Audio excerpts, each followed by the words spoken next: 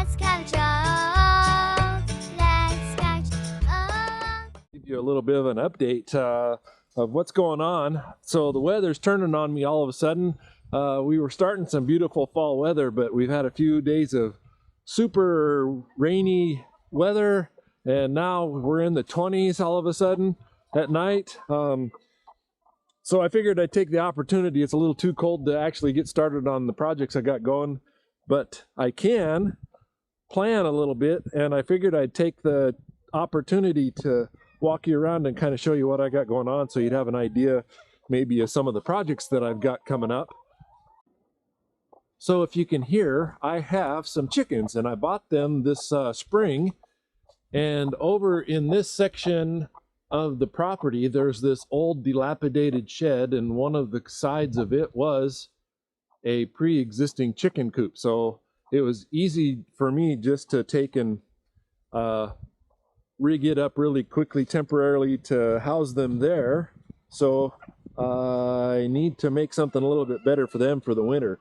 So that's one of the highest priority things that I've got, is I need to come up with a new chicken coop for them so they've got a little bit better place to live for the winter.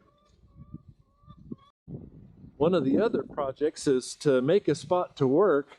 I plan on pouring some cement, and I have seen some of this YouTube videos about the pouring concrete dry, just spreading it out, the mix out dry, and then letting it lightly mist it with water and let it set up on its own.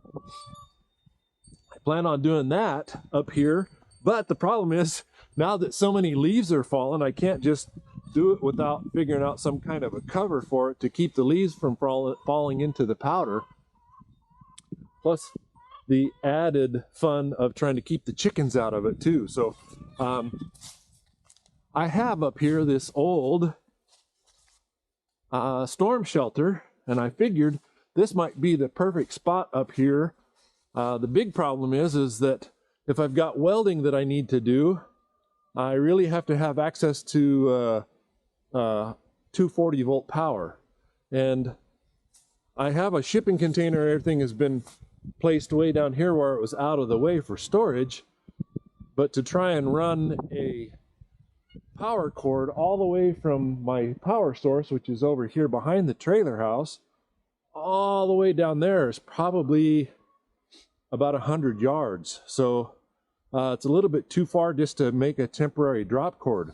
So what I do have is I have this storage shelter that kind of like a tornado shelter, and I figured, well, that's close enough to this power pole. I can run a extension cord, a heavy gauge extension cord over, so I could put my welder and stuff inside this little shed here, and if I could pour some cement out in front of this and cover this, then that would be a nice little enclosed area that I could start working from.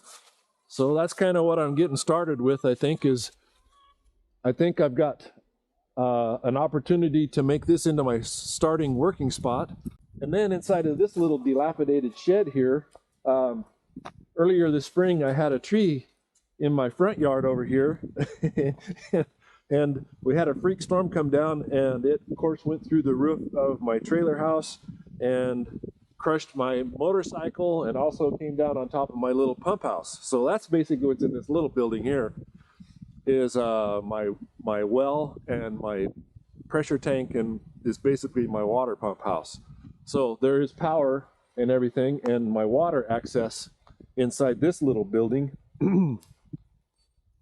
So I figured if I can make it so that I've got the chicken coop over here, that would be pretty convenient for water and power to keep their waterers from freezing up. Put the little night lamp and stuff like that in the chicken coop, and it's easy to plug it in over here.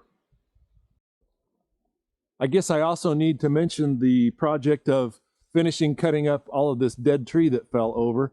So it used to be right here, the big stump, and I still need to finish cutting all of this up and getting it ready for firewood and burning off the slash piles. So that'll be another project coming up. I've got this place over here that's on the slope, and I figured this would be the perfect place to put my shop because it's right across the way from the power. So it's not so far that I have to drag power through to get it connected. The problem is it's on a slope, so I have to dig and prepare the ground to be able to build a shop there. So knowing that I have all this digging and stuff to do, I figured that I would get myself an excavator. So that's another project that I have coming up, is I purchased this little excavator, and from before I had a hydraulic thumb that I was going to put on and make a attachment for my skid steer years ago. I still have the thumb, so I figured I would buy this that did not have a thumb on it and weld my thumb on this and add it to it. The problem is that the thumb that I have is a little bit too small or too short to operate properly. So I just purchased a bigger one. So that's another project that I have coming up that's really the biggest reason I need to get power up and do some welding, is I need to weld the thumb on this mini excavator so I can get using it. So I have this 40-foot shipping container, and I'm going to be using it for part of my shop that I'm going to build. And I think that I can bury it into the hillside up here and use it as the retaining wall for one wall of my shop.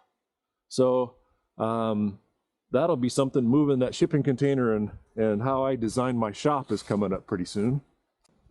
So I am always trying to find materials that I can build with, or something that I can use that's less expensive but is still decent enough that you can use it to make something with. And so a couple of the products that I found on Marketplace is some old vinyl fence, and I thought, boy, you know, you could use this just like wood planking, and it'll give you a little bit of insulation value, but that would be good enough to like make a little garden shed or a little storage shed or something. So I plan on making a little tool storage closet shed thing that I can put over by the front door, that I can keep a rake and a shovel and the leaf blower, stuff like that in, that's right up there by the house. The next thing that I've got going on is to build a roof and starting to put together some of the materials for building a shop. I'm keeping my eyes open for what's on Marketplace that I can put together or use for like roofing or the walls or whatever. And I need to find that first so I can figure out how to design the shop to utilize it. One of those things was this Quonset that somebody had purchased to add on to their existing one, and then the guy passed away, so it was in an estate sale, and I picked it up super cheap. So I plan on assembling this stuff together and using it to make the roof system for my shop. So the next thing that I have is some leftover panels for doing a walk-in refrigerator. So I have enough of those that I can do at least one or possibly two of the walls of my shop, and use those for the exterior skin that also includes the insulation in it. So I'll be modeling those up and putting those into my building design as well. Another thing that I picked up really cheap was this framing and the canvas for these event canopies. And there should be enough here that I have for being able to build, I think it's 12 foot wide by 38 foot long, and there's 2 of them. So I can use those for something, if nothing else, for temporary cover to shuttle some stuff around and reorganize it and get it out of my shipping container so I can move the shipping container when the time comes. The next item on the list is pallet racking. So knowing how pole buildings are put together, I kind of had the idea of maybe possibly using one row of pallet racking to be the support structure for one of the walls of the shop. And the neat thing about it is it would have shelving built into it, so you have lots of storage against a wall to be able to put some heavier stuff up out of the way to free up the floor space of the shop, so that you can kind of select what project you're going to work on inside and put everything out of the way except for the tools you're needing to complete the task or the project. So I've got a whole bunch of pallet racking here to do one wall. The next material that I have is a bunch of metal studs. So somebody had bought them and then they decided to change their plan, and they were selling them, of course, on Marketplace. Found them really super cheap, and I have found that using metal studs is really easy and it's simple. They're always straight. You can make some pretty incredible structures with them. So we'll be using them for some of our project, part of the shop or maybe part of the chicken coop. I haven't figured out yet, but having them on hand and having them available to use is always super smart. So I've got those sitting here waiting. Next thing that I bought super cheap was this bucket truck. Knowing that I was going to be working way up in the air or possibly be needing to lift trusses up into place or something like that, renting a Genie lift is the way you would normally do that. But being out in the middle of nowhere, when you rent equipment, then that puts you under the rush of trying to get the whole job done as fast as you can because you're paying every day for the rental. And then you have to go pick the thing up and return it, or you have to pay them to deliver it to you and then come and retrieve it. So I bought this one and it runs. I drove it here, but it needs a little bit of hydraulic repair and some electric repairs on it to make it functional. And I planned on even making it so that it runs off a remote control so that I can stand on the ground and run that bucket up into some spot so I can use it to lift trusses into place or work from the ground and have it be a second set of hands. So at some point, I plan on putting in a second drive entrance on this side of the property to get up to my shop. And I need to get across the big ditch coming off of the highway. So to put in another access, I need some big culvert pieces. So I found these on Marketplace as well, super cheap.